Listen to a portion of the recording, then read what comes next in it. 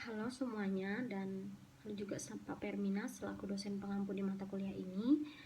Di sini saya akan mempresentasikan hasil laporan dari karya 4 tentang assessment resiko pada Hotel Rumput Yogyakarta.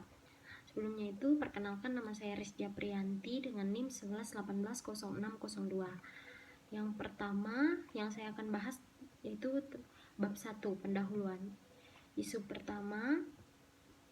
Isu utamanya, sejarah perkembangan perhotelan di Indonesia belum banyak terungkap.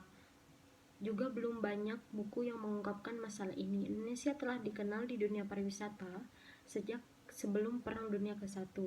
Tetapi jumlah wisatawan yang berkunjung masih terbilang ribuan. Sering dengan perkembangan kedatangan wisatawan asing ke Indonesia yang lebih memerlukan sarana akomodasi pariwisata yang memadai, maka semasa penjajahan kolonial Belanda mulai berkembanglah hotel-hotel di Indonesia. Bab 2, kasus perusahaan atau usaha. Yang pertama ada profil perusahaan. Hotel ini yang berada di Taman Rindang ini beranjak 2 km dari Jogja Bay Water Park dan 6 km dari Museum Apandi dan 7 km dari Bandara Internasional Adi Sucipto. Kamar berminiatur simpel dengan dinding bata tanpa cat dan pintu eksterior ini dilengkapi teras TV, layar datar, akses wifi, serta kamar mandi di dalam. Beberapa di antaranya menawarkan kulkas mini. Kamar yang di kelas yang paling tinggi memiliki ruang keluarga terpisah. Sarapan tersedia, fasilitas lainnya meliputi restoran dan kolam renang outdoor. Tempat parkiran juga tersedia.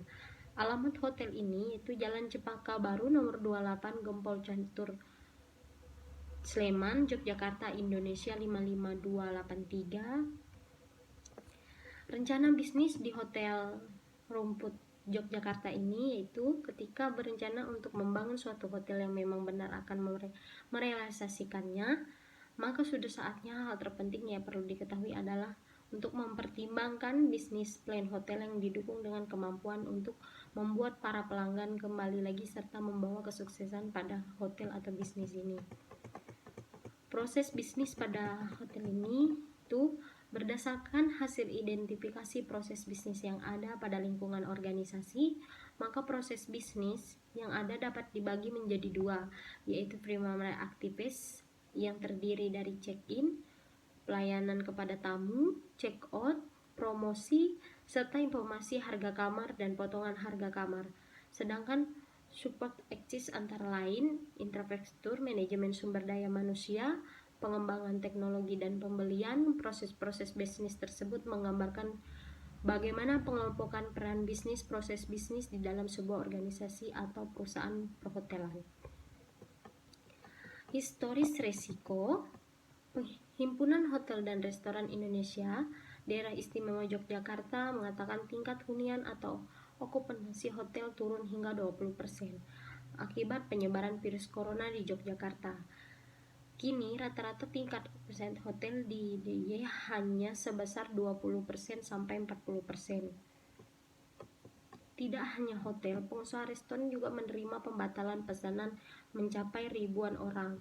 Ia memprediksi kondisi ini masih akan berlanjut sebab virus corona baru mulai menyebar di Indonesia termasuk DIY. Oleh sebab itu, ia meminta Pemda Yogyakarta membantu mencarikan solusi bagaimana pelaku sektor hotel dan restoran. Alasannya pajak hotel dan restoran merupakan penyumbang terbesar bagi pendapat asli daerah, khususnya di kota Yogyakarta dan Kabupaten Sleman. Sementara itu, Public Relations Manajemen Grand Retno Kusuma mengatakan banyak tamu menunda kegiatan rapat di hotel akibat penyebaran pandemi tersebut. Tercatat okupansi hotel Grand Indah Malioboro turun secara 30% sampai 30% dibandingkan sebelumnya. Selanjutnya analisis SWOT. Kekuatan salah satunya fasilitas hotel cukup lengkap dan memadai, harga yang kompetitif, lokasi yang strategis, kebersihan dan kenyamanan karyawan yang ramah, adanya tempat bermain untuk anak-anak. Kelemahan, promosi yang belum efektif dan kesinambungan. Yang kedua, jumlah kamar yang sedikit kurang bisa memenuhi permintaan tamu. Yang ketiga, fasilitas gym belum ada tersedia. Peluang memiliki pelanggan tetap, kerja sama yang baik dengan supplier, kondisi alam yang menjadi daya tarik para wisatawan untuk datang, pendapatan per kapita wisata yang tinggi akan menjadi peluang wisata untuk melakukan perjalanan lama sehingga lama menginap di hotel juga lebih panjang. Ancaman yang pertama, terdapat banyak hotel yang sejenis di daerah yang sama, berkembangnya teknologi yang pesat, banyaknya pendatang baru yang masuk ke industri penginapan sejenis hotel itu seperti homestay, guest house, hostel, lodgement, dan sebagainya. Meningkatnya jumlah fasilitas dan kualitas pelayanan yang dimiliki hotel pesaing. Bab 3. Kajian literatur. Yang pertama, konsep risiko. Sehubung dengan kenyataan tersebut, semua orang, khususnya perusahaan atau bisnis, selalu harus berusaha untuk menanggulanginya, artinya berupaya untuk meminimumkan ketidakpastian agar kerugian yang ditimbulkan dapat dihilangkan atau paling tidak diminimumkan. Penanggulangan risiko tersebut dapat dilakukan dengan berbagai cara dan pengelolaan berbagai cara. Penanggulangan ini yang disebut manajemen risiko. Pengelolaan tersebut meliputi langkah antara lain: pertama, mengidentifikasi unsur-unsur ketidakpastian dan tipe-tipe risiko yang dihadapi bisnisnya, menghindari dan menanggulangi semua unsur ketidakpastian, misalnya dengan membuat perencanaan yang baik dan cermat. 3. Mengetahui korelasi dan konsekuensi antara peristiwa sehingga dapat diketahui risiko-risiko yang terkandung di dalamnya. Selanjutnya, dan mencari dan mengambil langkah-langkah untuk menanggulangi risiko-risiko yang telah berhasil diidentifikasi. Selanjutnya ada proses manajemen risiko. Dalam proses manajemen risiko, ada beberapa pengelolaan tersebut meliputi langkah-langkah antara lain: yang pertama, mengidentifikasi unsur-unsur ketidakpastian dan tipe-tipe risiko yang dihadapi bisnisnya. Kedua, menghindari dan menanggulangi semua unsur ketidakpastian, misalnya dengan membuat perencanaan yang baik dan cermat. 3. Mengetahui korelasi dan konsekuensi antar peristiwa sehingga diketahui risiko yang terkandung di dalamnya. Penanganan risiko. Di sini kita bisa melihat tabel, yaitu ada di sini mengidentifikasi risiko, analisis risiko, dan cara mengatasi atau penanganan risiko. Identifikasi risikonya, perusahaan hotel mengalami penurunan okupansi pelanggan. Analisis risiko, hal ini mengakibatkan perusahaan mengalami kerugian operasional dan harus mengurangi jumlah karyawan atau menurunkan standar harga kamar. Cara mengatasi atau penanganan risikonya, perusahaan membuat keputusan bahwa mereka harus mencari strategi baru untuk membuat perusahaan bisa memaksimalkan pengeluaran operasional hotel. Bab 4. Asesmen risiko. Yang pertama, ada identifikasi sumber risiko, jenis risiko, dan bukti faktanya. Di sini kita bisa melihat tabel yang ada. Dengan ini saya melakukan wawancara tentang risiko di hotel Rumput Yogyakarta, dan kesepakatan saya dengan pihak hotel dengan menemukan risiko yang sering terjadi saat ini, yaitu yang pertama, risiko hukum. Faktor risiko, kelompok risikonya manusia, peristiwa tidak mengikuti aturan yang ada, penyebab akar masalah, kurangnya disiplin diri. 2. Itu proses, tidak menyelesaikan kontrak kerja, penyebab akarnya merasa tertekan dengan pekerjaan. Yang kedua, risiko lingkungan, itu adanya kurang strategis, tempat usaha yang jauh dari pusat perkotaan, dan misalnya tempat yang jauh dari pusat kota dan jauh dari pusat belanja. Pesaing, munculnya kompetitor baru. Akar masalah, adanya penginapan atau homestay yang ada di sekitar hotel dengan harga yang murah. Yang ketiga yaitu risiko operasional, ada strategi perusahaan, tidak menjalankan strategi perusahaan dengan baik. Akar masalahnya kurangnya inovasi terhadap kinerja yang ada dan strategi perusahaan. Yang kedua, manusia atau pegawai, kurangnya SDM, minimnya pengetahuan dan skill. Adapun jenis risiko dan bukti fakta kasusnya. Risiko hukum. Omset hotel mengalami penurunan yang drastis hingga banyak karyawan yang tidak menyelesaikan kontrak kerja. Itu bukti faktanya.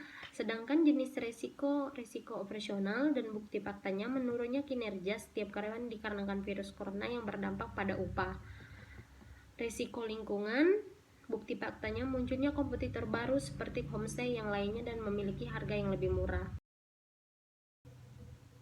Selanjutnya kita masuk di dalam analisis resiko.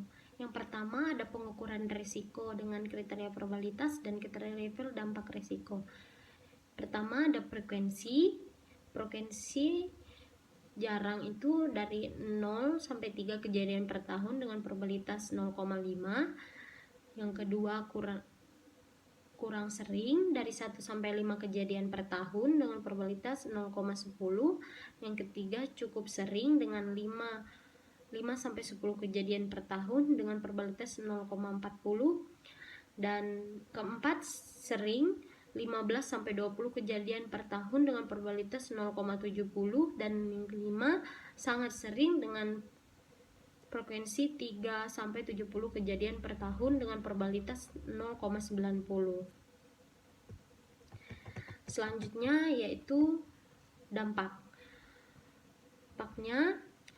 1. Sangat rendah 1 juta sampai 10 juta biaya kerugiannya, dampaknya kurang teliti dan disiplin. Kedua, rendah itu sampai 15 juta sampai 25 juta, dampaknya kecelakaan dan turunnya omset.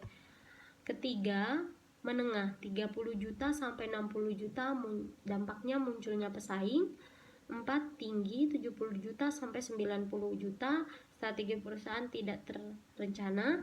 Dan kelima, sangat tinggi itu di atas 100 juta, kemungkinan dampak yang terjadi yaitu bangkrut. Dampak lainnya juga dilansirkan oleh Himpunan Hotel Restoran Indonesia. Daerah Istimewa Yogyakarta mengatakan tingkat hunian atau okupansi hotel turunnya hingga 20% akibat penyebaran virus corona yang ada di Indonesia. Selanjutnya, pemetaan risiko, frekuensi, dan dampak indikator kerugian setiap jenis risiko. Di sini jenis risiko yang pertama, risiko hukum. Indikator risiko atau kerugiannya, omset hotel mengalami penurunan drastis hingga banyak karyawan yang tidak menyelesaikan kontrak kerja. Dan yang kedua, risiko operasional. Indikator risiko atau kerugiannya, menurunnya kinerja setiap karyawan dikarenakan virus corona yang berdampak pada upah. Yang selanjutnya resiko lingkungan. Indikator resiko kerugiannya munculnya kompetitor baru seperti homestay atau yang lainnya yang memiliki harga yang lebih murah. Selanjutnya bagian evaluasi resiko, penentuan level resiko dan prioritas resiko serta perlu tidaknya penanganan. Di sini yang kita lihat resiko yang pertama resiko hukum, frekuensinya yang saya dapat dari kuesioner yaitu 2,5, sedangkan dampaknya 2 dan mendapatkan nilai resiko 5. Sedangkan resiko operasional dari hasil kuesioner yang saya sebarkan yaitu hasilnya 3 dan dampaknya 2,5 dan mendapatkan nilai resiko 7,5. Sedangkan resiko lingkungan yang saya dapat dan yang ada 2,5 sedangkan dampak 4,5. Nilai risiko yang didapat 11,25. Untuk evaluasi risiko yang ada yaitu kita bisa lihat tabel yang di sebelahnya ada identifikasi risiko. Itu perusahaan hotel mengalami penurunan okupansi pelanggan. Analisis risiko, hal ini mengakibatkan perusahaan mengalami kerugian operasional dan harus mengurangi jumlah karyawan atau menurunkan standar harga kamar dikarenakan banyak penginapan homestay yang memiliki harga di bawah standar dan lokasi pun berdekatan. Evaluasi risikonya, perusahaan membuat keputusan bahwa mereka harus mencari strategi baru untuk membuat perusahaan bisa memaksimalkan operasional dan pendapatan hotel. Dari sini risiko yang ada yang sangat perlu ditangani juga membuat hotel bisa stabil seperti semula, terutama risiko yaitu terutamanya risiko keuangan dan lingkungan. Selanjutnya, tata kelola risiko.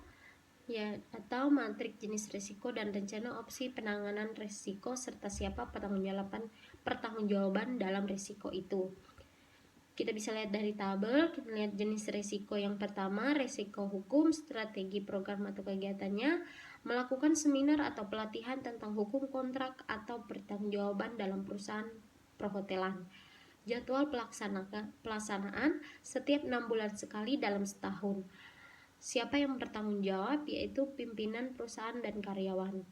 Kedua, risiko operasional, strategi program atau kegiatannya, memaksimalkan strategi atau sasaran awal perusahaan. Jadwal pelaksanaan setiap hari kerja. Siapa yang bertanggung jawab, yaitu pemimpin perusahaan dan karyawan.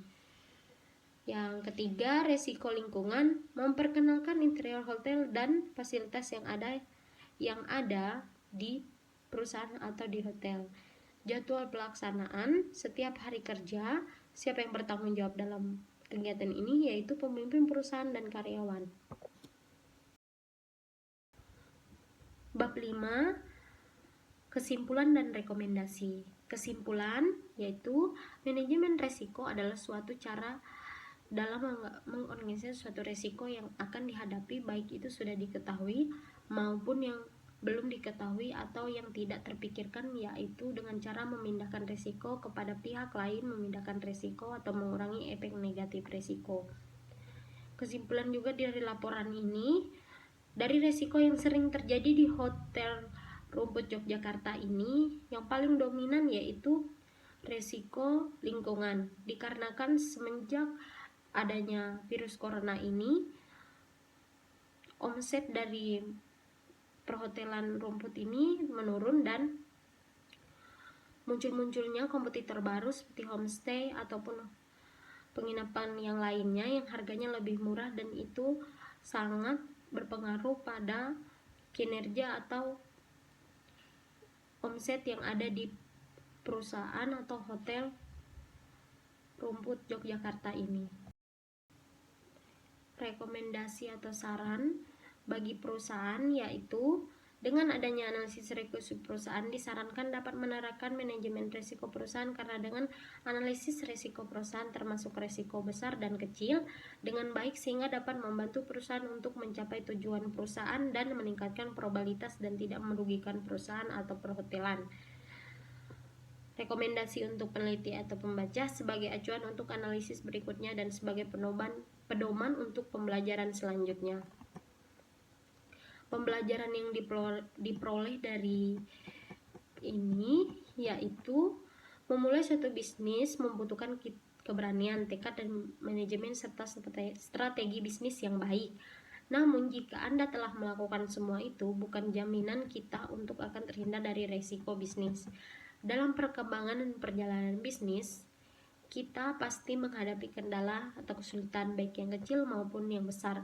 Kendala tersebut kita kenal sebagai risiko bisnis. Selain mendapatkan keuntungan, memiliki bisnis berarti siap untuk menerima risikonya.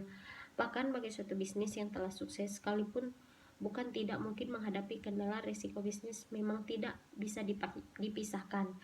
Maka dari itu, kita harus menerapkan manajemen risiko perusahaan pada bisnis atau usaha yang sedang kita jalani, agar bisnis kita tidak mengalami kebangkrutan atau mengalami kendala yang ada pada bisnis, dan itu bisa membuat kebangkrutan di dalam perusahaan atau bisnis yang sedang kita jalani.